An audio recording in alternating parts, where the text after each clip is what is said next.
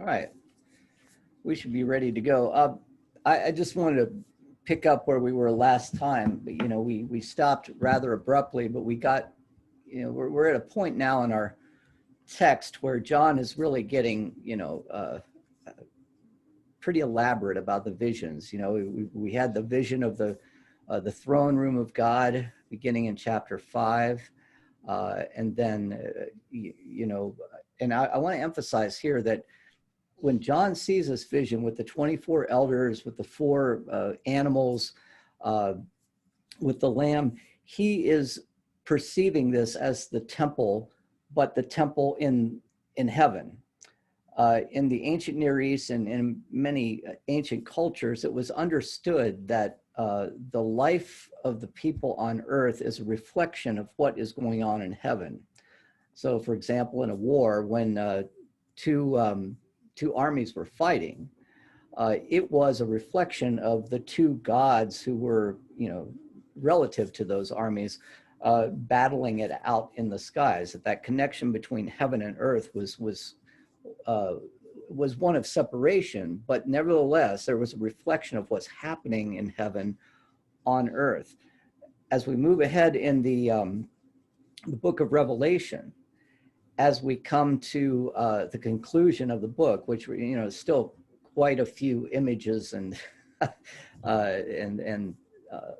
alarming images away, but what's going to happen is that heaven and the earth are going to come and become one, so that the divine and the human, the heavenly and the earthly, will be completely not separated, but become completely one.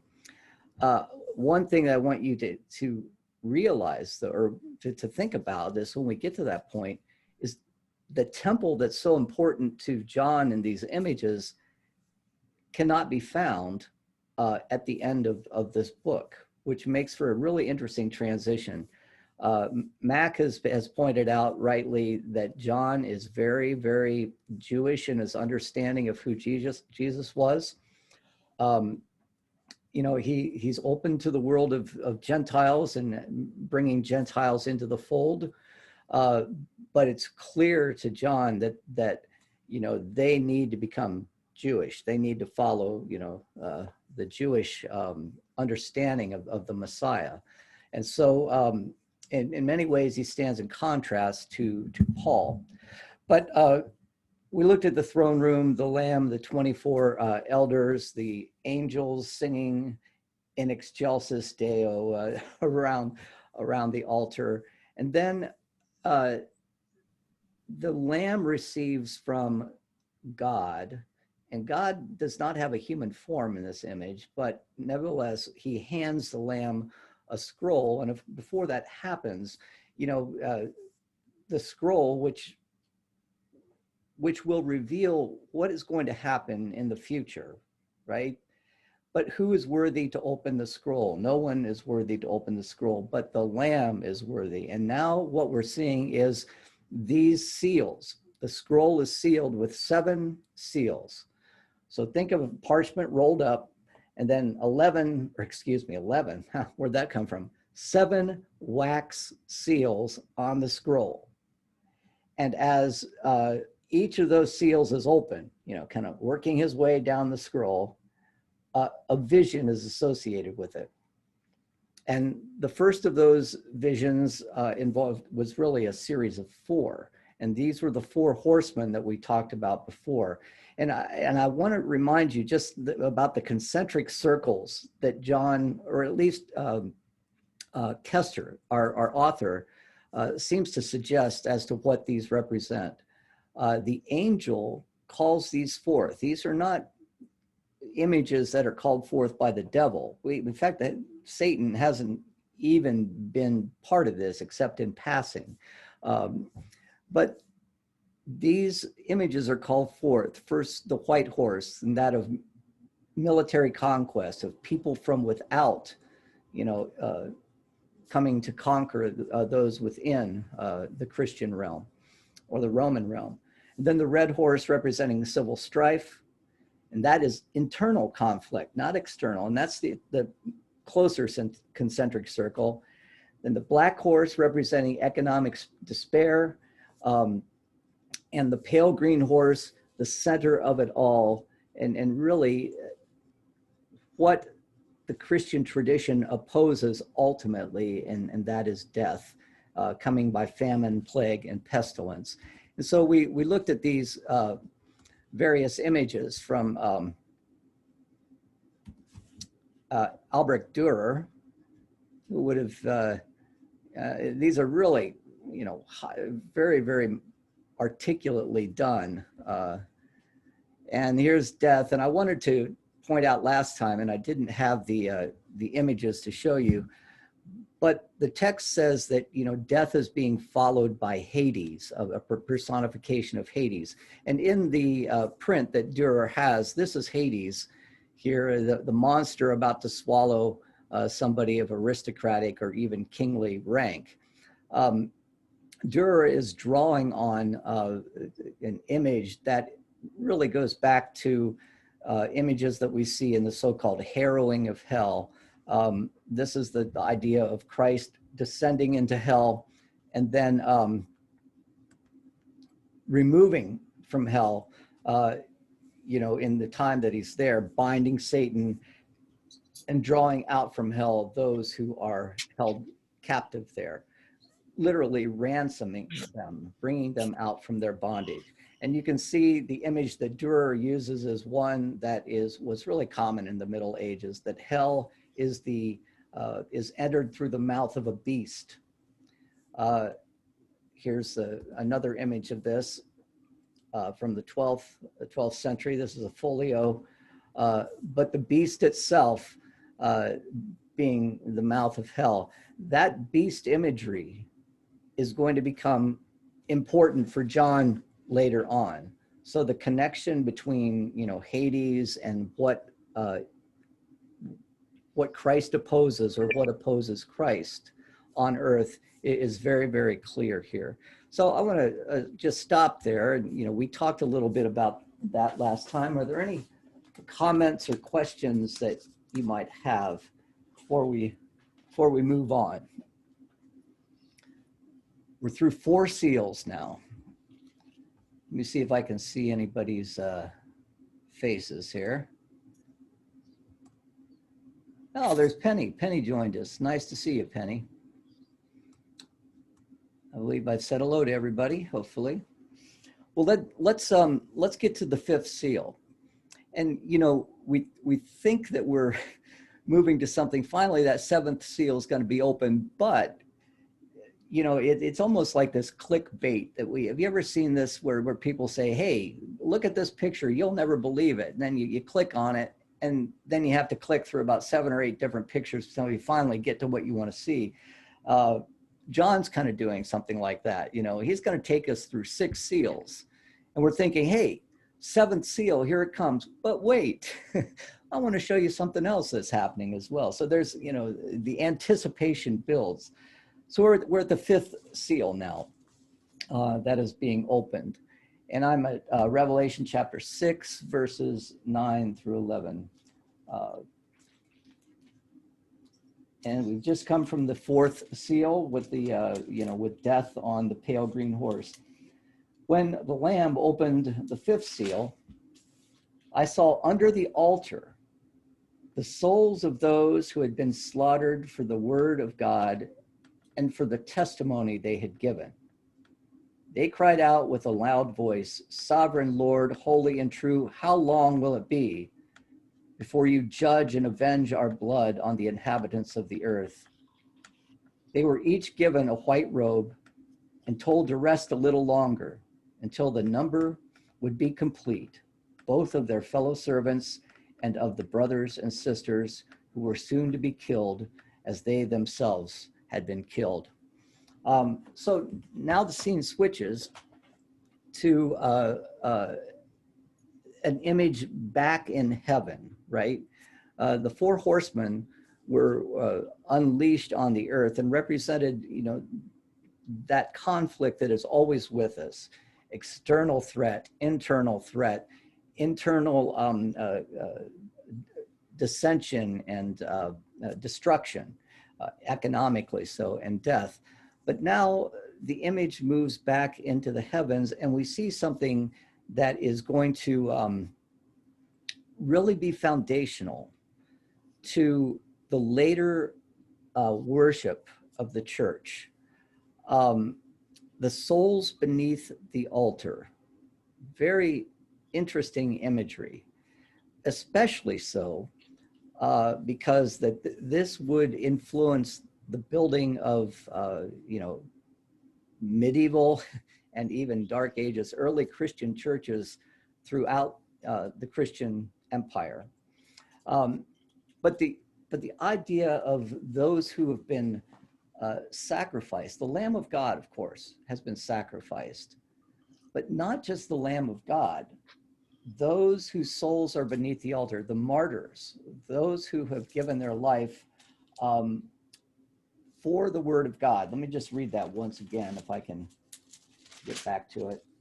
When he opened the fifth seal, I saw under the altar the souls of those who had been slaughtered for the word of God and for the testimony they had given. Note here that the word of God, halogos,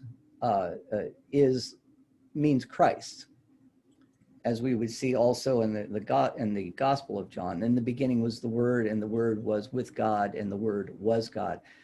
Those, even when John is writing, he knows that there are those who have been killed. Slaughtered is really the word that he uses here to make a parallelism between the slaughtering of the lamb. So the spilling of the blood of the martyrs is in many ways goes hand in hand with the spilling of the blood of the lamb.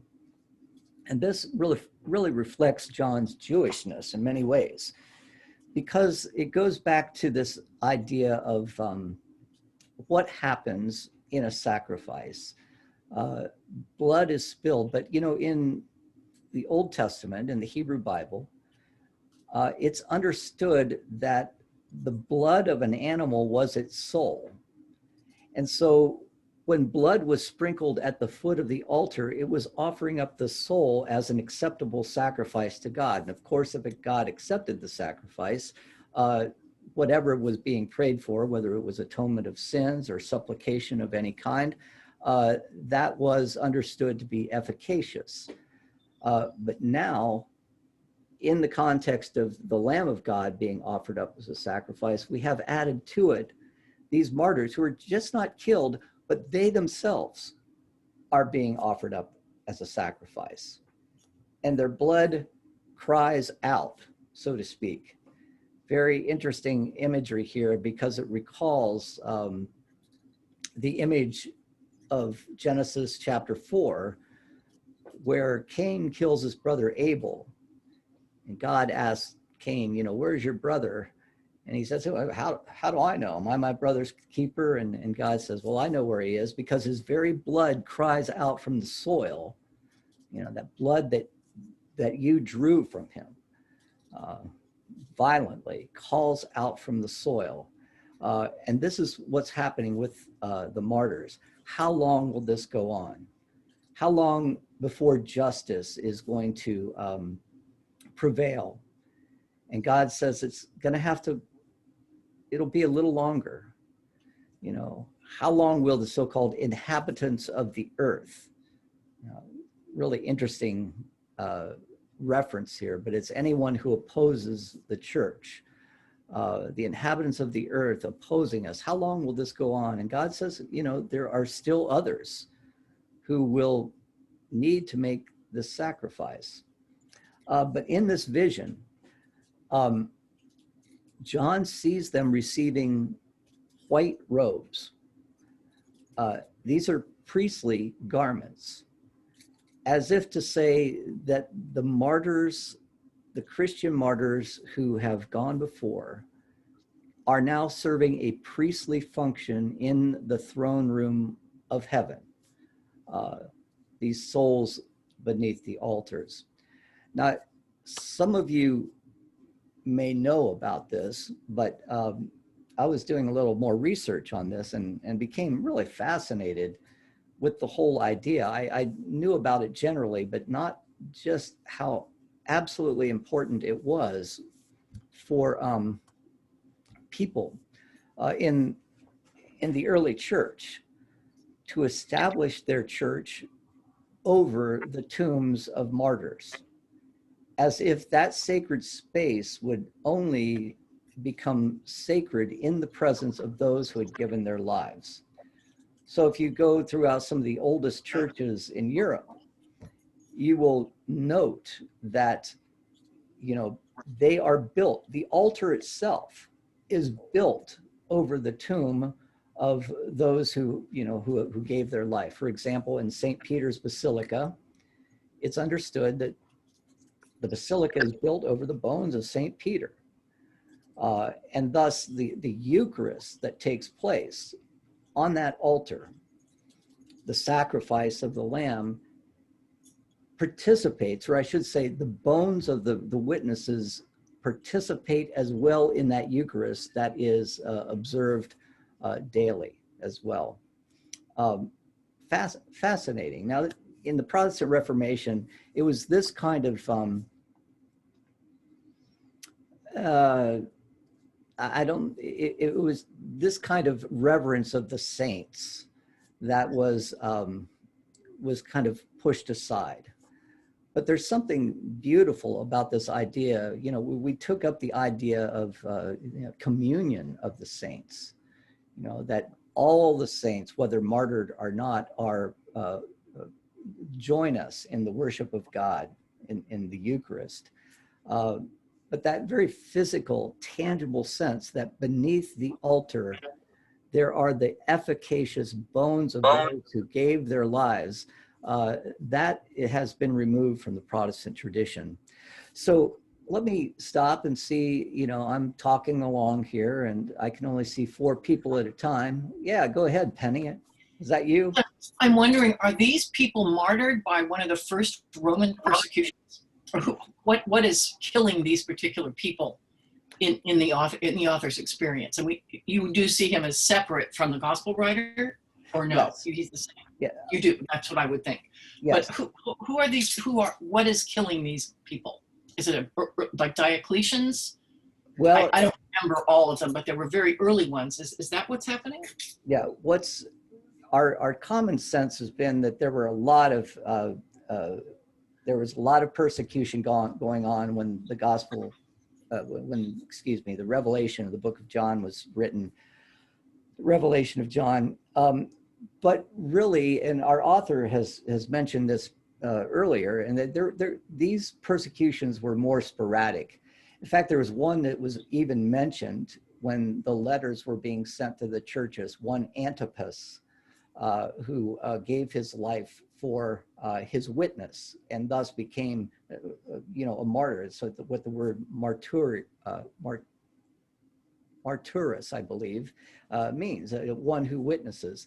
But there were those, because the church, especially those bodies of believers who tried to separate themselves or who were forcefully separated from the Jewish synagogue, because they were holding that Christ was the Messiah, and many Jews did not want to affirm that. They were left at the mercy of the Romans. The Jews could worship as they wished, you know, not have to give tribute to the gods of Rome or to the emperor.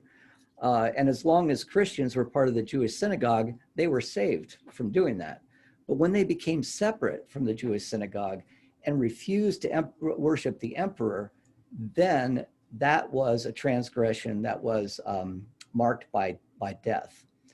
They could be taken by the Romans forthwith, and whether it's thrown to the lions, however the Romans wanted to dispatch with them, they could do that. So those are the martyrs that we're talking about here.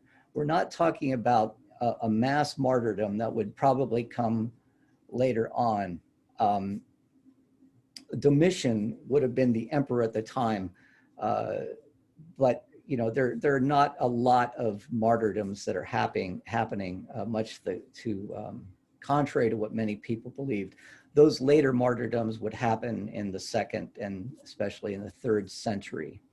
So, but nevertheless, this idea that, to take on belief in Christ, to say that Christ was the Messiah, was to put yourself in harm's way, was to make an affirmation that was going to put you in direct competition with, or directly in odds with, the Roman Empire. And this is really important in the language of the Gospel of Luke. It was commonly said that Caesar was Lord. Well, Luke wants to affirm that Jesus is Lord. It was commonly said that Caesar was the savior of the Roman people. Well, Luke wants to use that term of Jesus.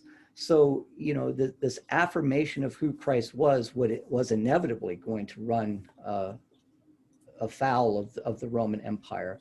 But we're at a place when John is writing, and towards the end of the first century, where these types of martyrdoms are happening sporadically. There is no systematic hunting down of Christians happening at this time. So, but there are enough where people are beginning to realize, well, for example, even some of the church leaders like Justin Martyr, that the faith is something that is dangerous, but it is also something for which you will be compensated, is not the right word, for which your death is not going to simply be in vain. It's these martyrs who are going to serve as high priests in the throne of heaven, and will serve as high priests when heaven and earth become one. So, any other comments about that? That's a long answer. Sorry, Penny. Oh, it's great. Thank you. Okay. Yeah, and thanks for joining us too. Dan? Yeah, please. You mentioned the inhabitants of earth phrase as if it was taken as obvious to everyone in those days that everybody on earth was not necessarily good, that you could be good if you were raised to heaven, and God was the Lord of hosts. So does that start a big split in God reigns in heaven and then the rest of us are around to just die so we can be good? Well, that's simplistic, I know. No, but it's what John is setting up. It's a great question, because John is setting up this dichotomy because we're soon going to see that there are those on earth who are going to be sealed on their foreheads with the name of God. And one of the and those who do not have that seal on their forehead, when the great tribulation comes, when the great day of wrath comes, that's when that separation is going to take place. Those who have the seal on their forehead will not endure the pains and all of the destruction that is about to come. But one of the commentators that I've been reading, Peter Williamson, talks about the inhabitants of the earth, and it's always used negatively in the book of Revelation. And I think, just from my sense, I think a lot of this may have been influenced by the book of the Watchers, because it was the inhabitants of the earth. Remember that, Sharon? It was the inhabitants of the earth, whose women, of course, it was always the women, joined with the angels, the Watchers, and produced these giants. And thus, evil and destruction reigned on the earth. And I think when John is using this, and I'm no biblical scholar, I don't know this the way that some people would, but that's the first thing that comes to mind. But this commentator, Williamson, gives this list of who the inhabitants of the earth are. They refer to people who will be subjected to the trial coming on the earth, in contrast to God's people who will be kept safe.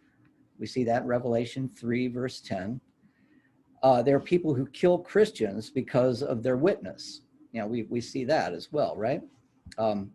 There are those who will be struck by the three woes. We'll see that pretty soon in chapter 8. They are those who are tormented by the testimony of the two witnesses and rejoice at their death. We will soon see that there are going to be two witnesses, also reflective of the book of Zechariah.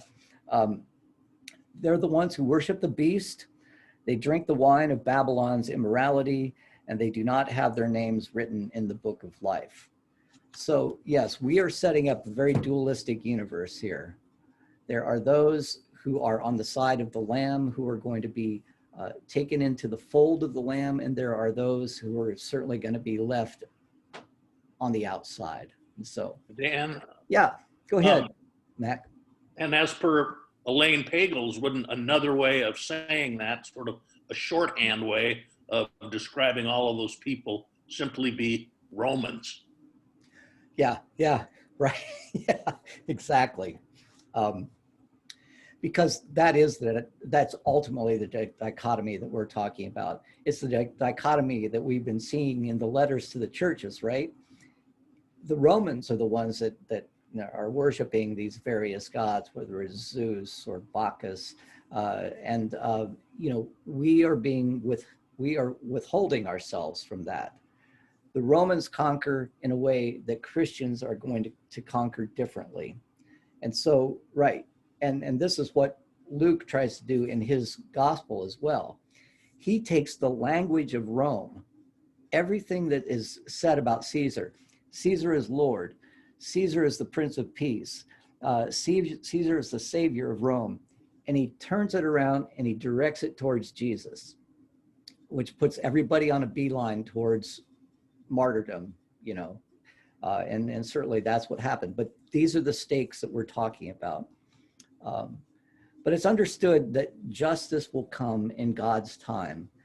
And the question arises, is this vengeance that these martyrs are calling for? And we can't help but think of it as such. But at the same time, it stands in contrast to what we know, to what Jesus would have us do. Think, for example, of the martyrdom of Stephen in the book of Acts. Like Christ on the cross himself, he asked for the forgiveness of those who are killing him. Even while he's being stoned, the most heinous possible way, short of crucifixion, to die. And the forgiveness that he offers in the midst of that experience. And Christ who says, pray for your enemies, pray for those who persecute you. So, we have to ask this question, are the martyrs calling for vengeance, or is there hope for God's justice and for peace and harmony that will reign on the earth? Is it directed towards the hatred that they've experienced, or is it directed in a hopeful way? How long must this go on before these people are killed for what they did, or for justice that we've been praying for ever since the time of Noah or wherever? How long will it be before that justice reigns? And Kester and other commentators that I've read say that the latter is the case. We're not calling for vengeance here. Vengeance is the Lord's, but it's not vengeance for vengeance sake. This destruction will happen in order that justice may reign. Still very difficult for those of us who feel that violence really has absolutely no place in the Christian tradition. But this is John's vision. So let me see if there are any other questions or comments about this. Okay. Well, then let's move on to the sixth seal.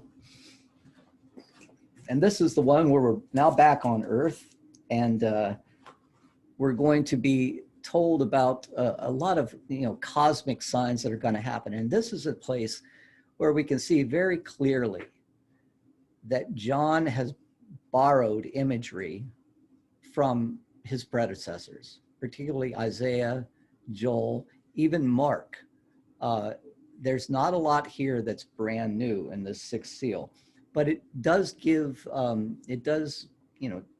tip its hat, you might say, to what we've already seen in previous prophecies. I'm going to start at verse 12. And when the Lamb opened the sixth seal, I looked, and there came a great earthquake.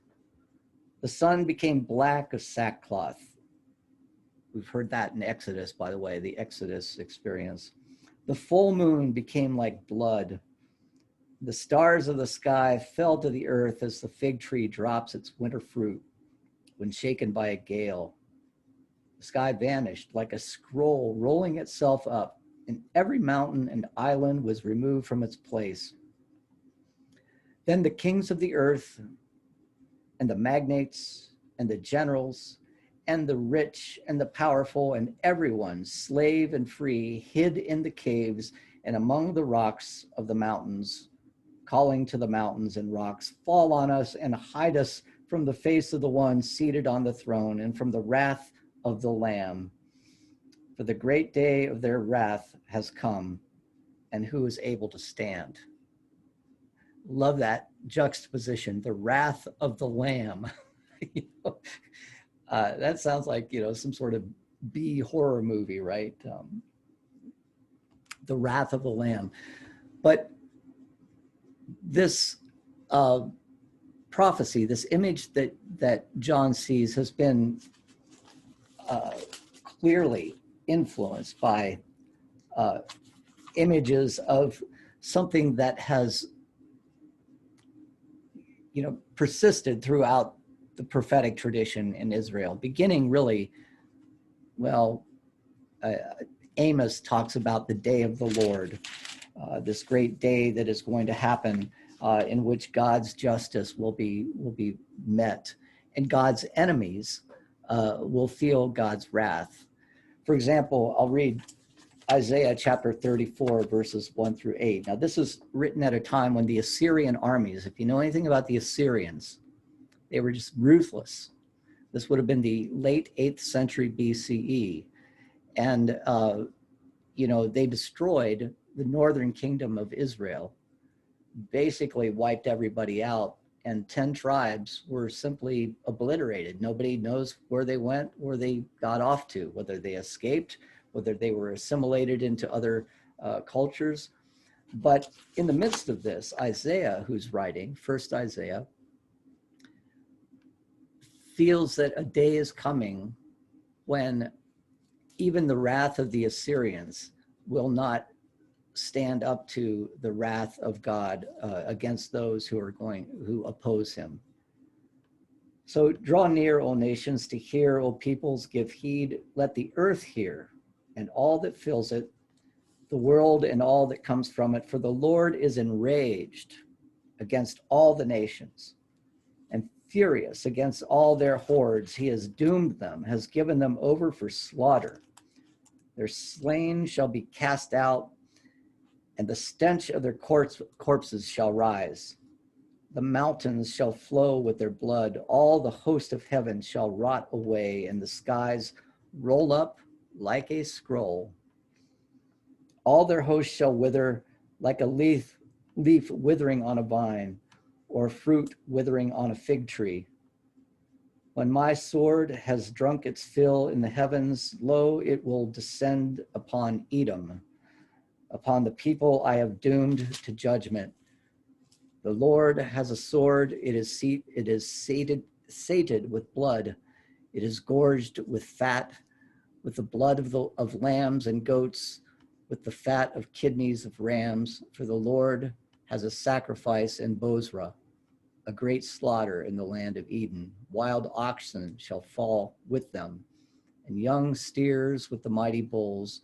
Their land shall be soaked with blood, and their soil made rich with fat. For the Lord has a day of vengeance, a year of vindication by Zion's cause. pretty clear that John has that in mind when giving his vision. And this idea of the moon turning to blood as well. I think I've got this right here. Let me. What are you to me, O Tyre and Sidon? This is Joel writing. And all the regions of Philistia, are you paying me back for something? If you are paying me back, I will turn your deeds back upon your own heads swiftly and speedily. For you have taken my silver and my gold and have carried my rich treasures into your temples. And I'm looking for the place. I'm sorry, I thought I had it. But here's where the reference to the moon turning to blood is in Joel. I must have got this mixed up somehow. So, this day of vengeance is surely to come, the sky dividing like a scroll. But the thing that's really interesting about this is the complete impartiality of God towards those who oppose him. You have these 7 classes of people. The kings, I should probably read it again so I get it right. The kings of the earth and the magnates, so the kings and the aristocrats, and then the military people, the generals, and the rich and the powerful, those who by their commerce, have prospered. And everyone, slave and free, even the slaves, in the caves and among the rocks of the mountains, calling to the mountain and rocks, fall on us. We don't want to endure what's about to happen. Kill us now. It is time for the slaughtered lamb to return as judge.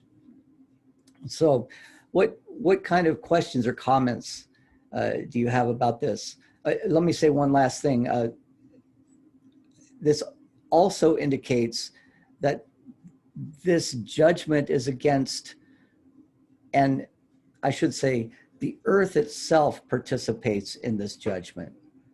God, the God of creation, it is general, it is entire. The earth itself witness it. And here the earth is just not the stage upon which the whole drama of salvation history takes place. The earth is part of it.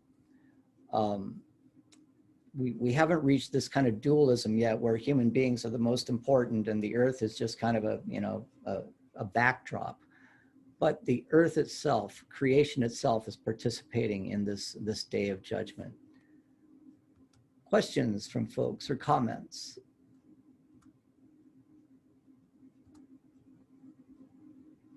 Well, Sharon, I'm looking down the line here. All right, well then, if not, I do want to move on so we can get to a quick question. Yes, please. As we see the imagery lifted from Isaiah, which obviously would not be eschatological or at the end of time, is this to be an eschatological event, or is this going to take place within historic time if people even made that distinction? Are you talking about what did Isaiah intend? Well, it sounds like Isaiah, we have to remember, was dealing with something that was happening or about to happen with these. Right, yeah. So as John lifted some of that imagery, was he really talking about an eschatological event at the end of time, or was he really dealing with something before that, or does he even think that way to separate them? No, I think he's definitely thinking of an eschatological event, that these things are going to happen at the end of time. And when we get to chapter, well, actually into this next chapter, you will see how this is going to happen.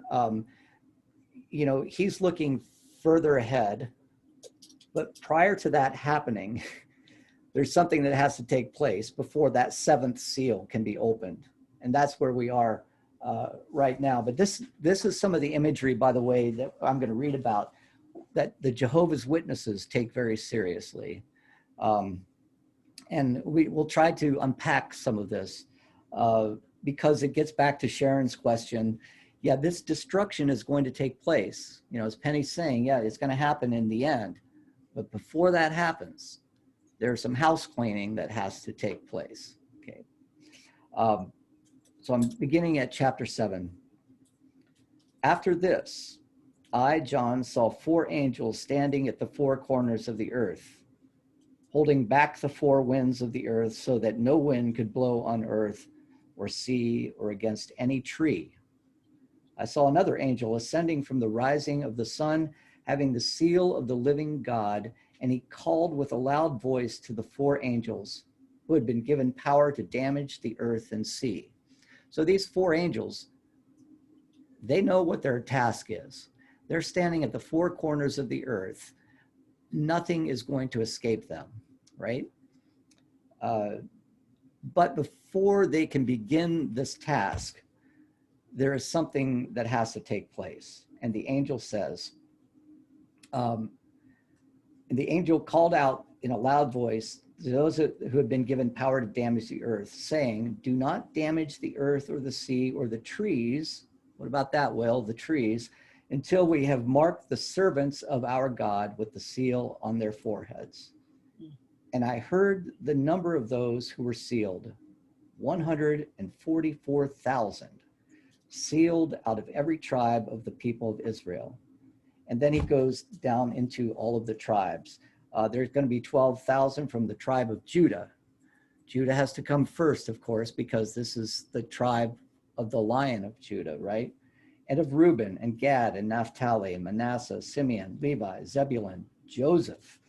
12,000 from each of these 12 tribes.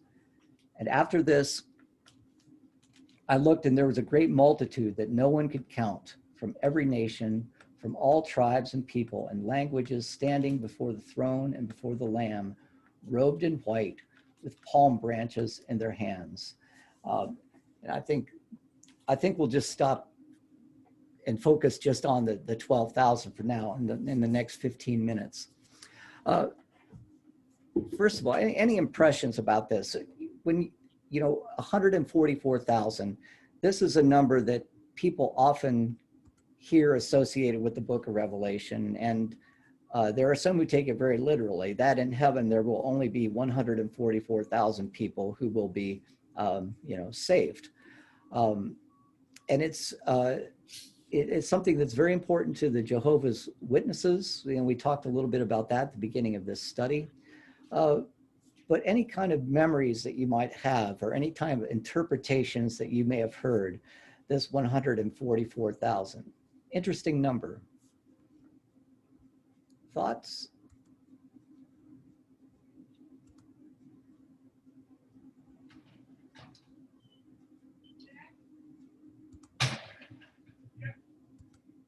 Well, it is something that many people will often refer to. But let's go back to the beginning. The angels at the 4 corners. This kind of reminds me, first of all, there are people who believe in the so-called flat earth theory, and they will often refer to this text as, the earth has 4 corners, and a round globe does not have corners. Therefore, the angels are standing on a flat surface that has 4 corners. I mean, there are flat earth theorists that are still out there, believe it or not. I just saw a documentary on this about a couple years ago about people who referred to scripture for this very reason. But the role of these angels is important. And it's a terrible image, but one that we are familiar with if you know anything about the history of the Great Plains. But back when there were rabbit infestations, when the rabbits were so numerous that they were just destroying crops, men would get together in a big circle, and they would all start walking towards the center, and the rabbits would move towards the center until you get to the point where the rabbits are all hemmed in by a circle of men, and the men would club them to death, right? This is kind of what the angels are doing. They are guarding the 4 gates of earth itself, right? They have been charged with destruction. But that destruction has to be held back until this seal is placed upon the foreheads of those who are going to be saved. And there's a military allusion that's happening here. First of all, the reference to the 12 tribes is very compelling. Why it is that John of Patmos is still using this very, very Jewish imagery, and it's because of what we've talked about. This is a very staunch Jewish Christian who is still using some of the very rich imagery of the Jewish tradition.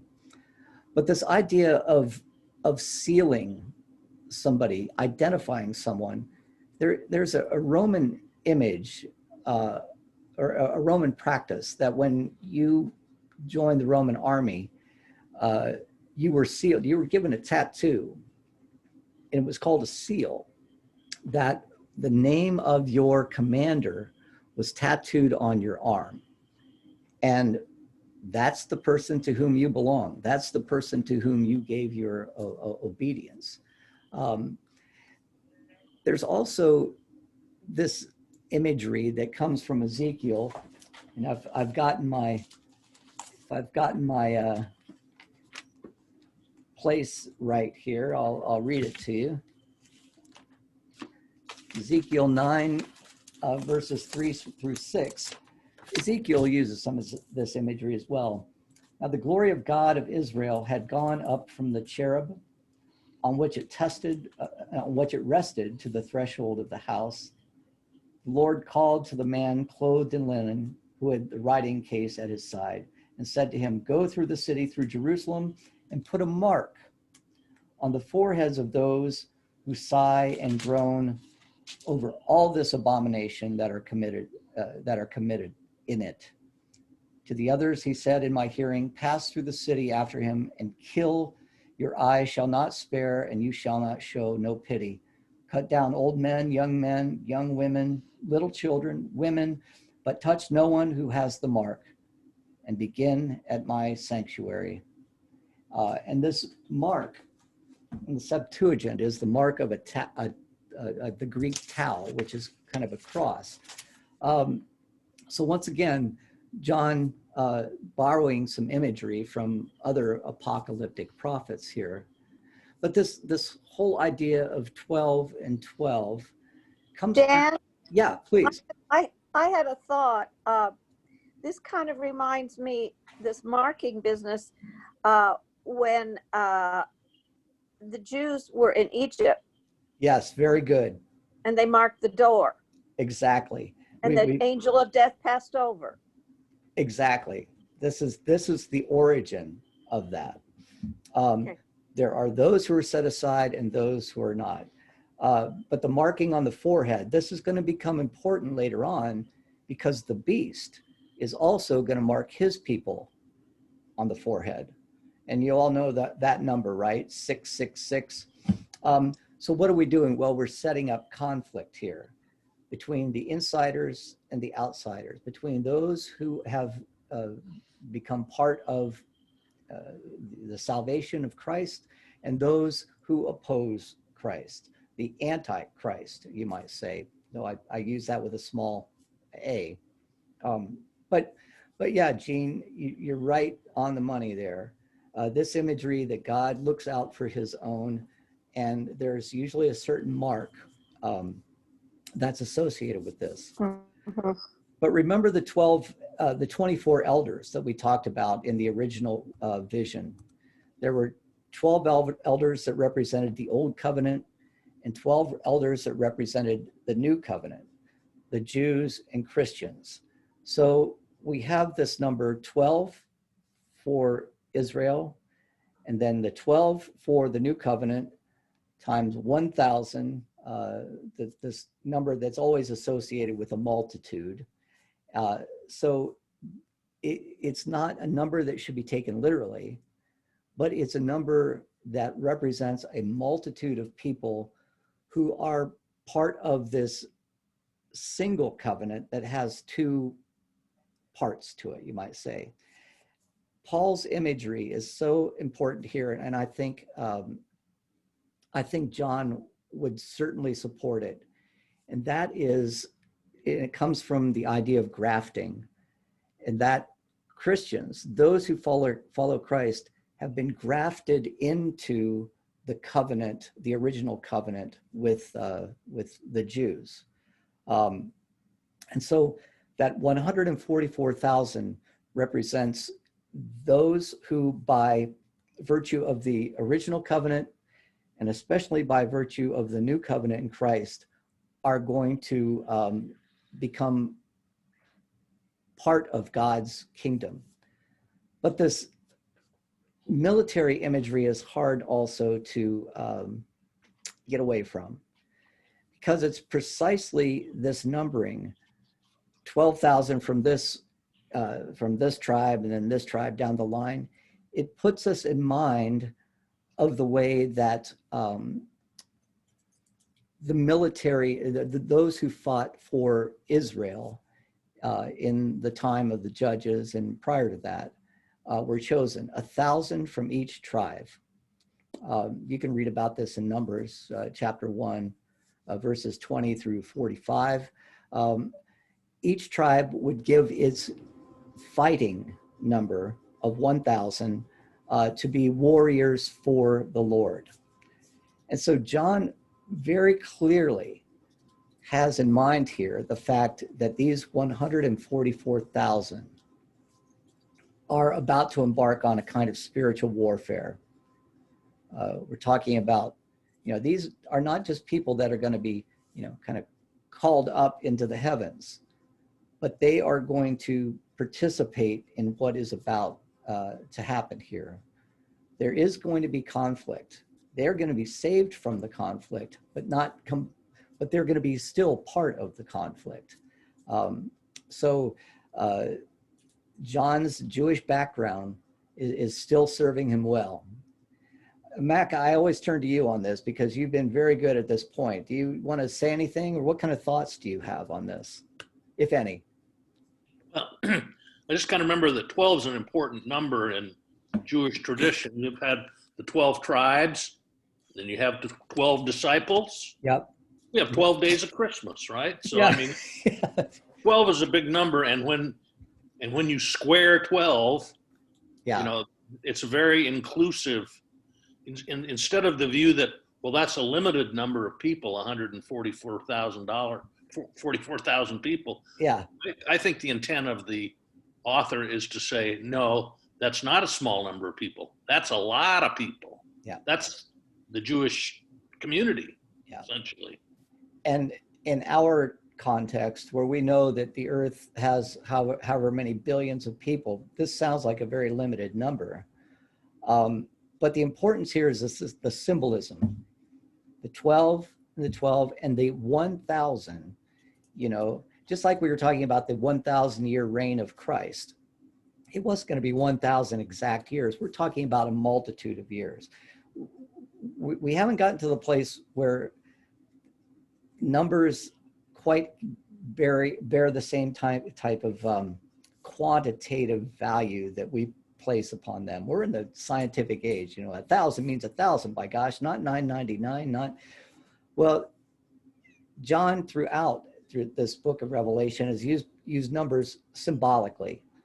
The number 3, the number 4, the number 1, of course, the number 10, the number 12, even the number of times he refers to the Word of God, or the number of times he refers to the Lamb of God, falls into some sort of symbolic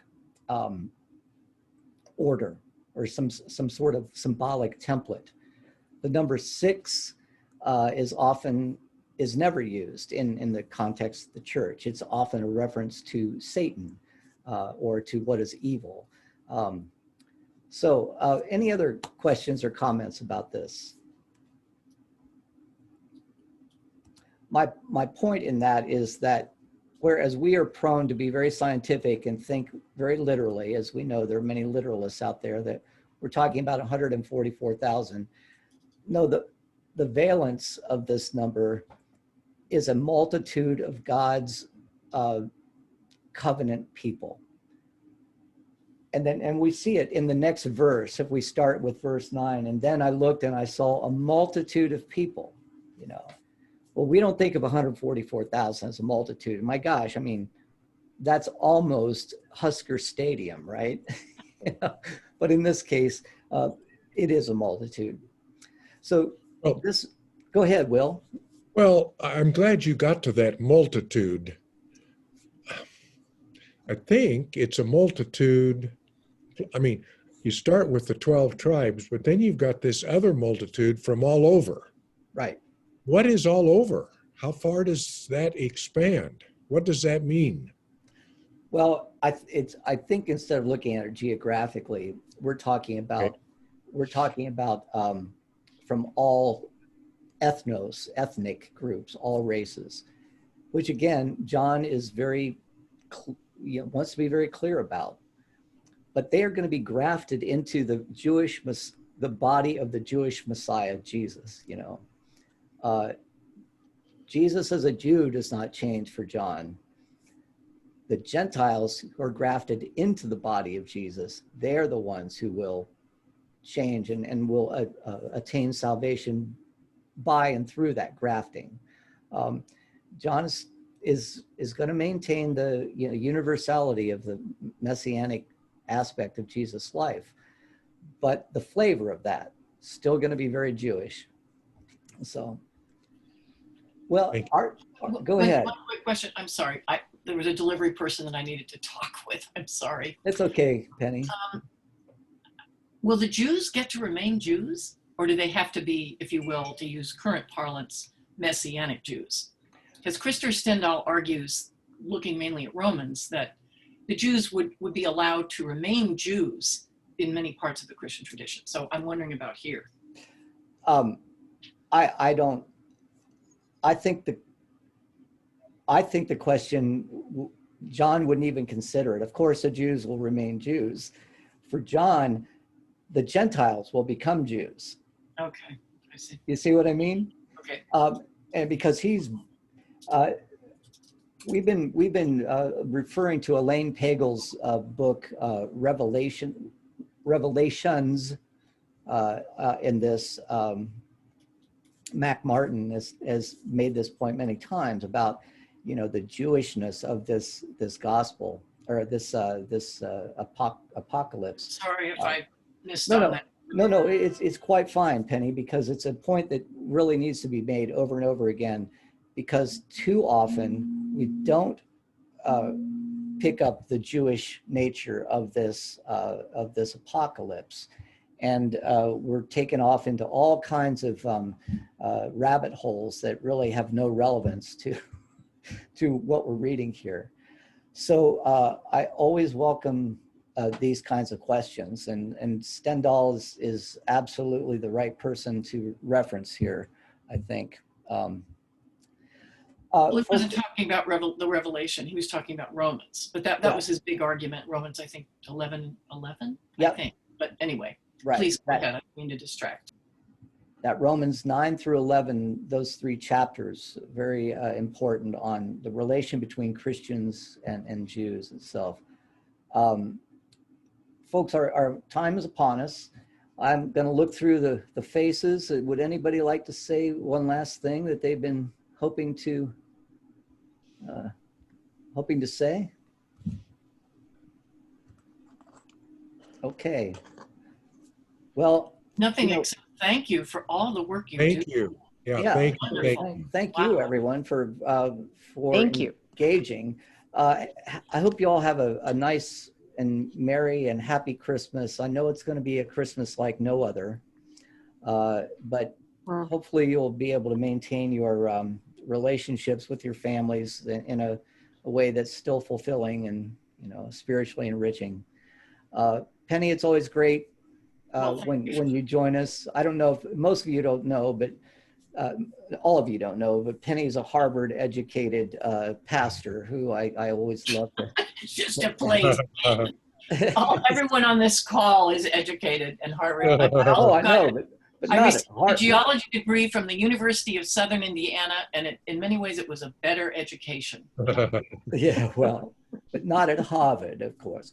But thank you for joining us, Penny. I really like to see people from we usually have someone from Arizona and Colorado.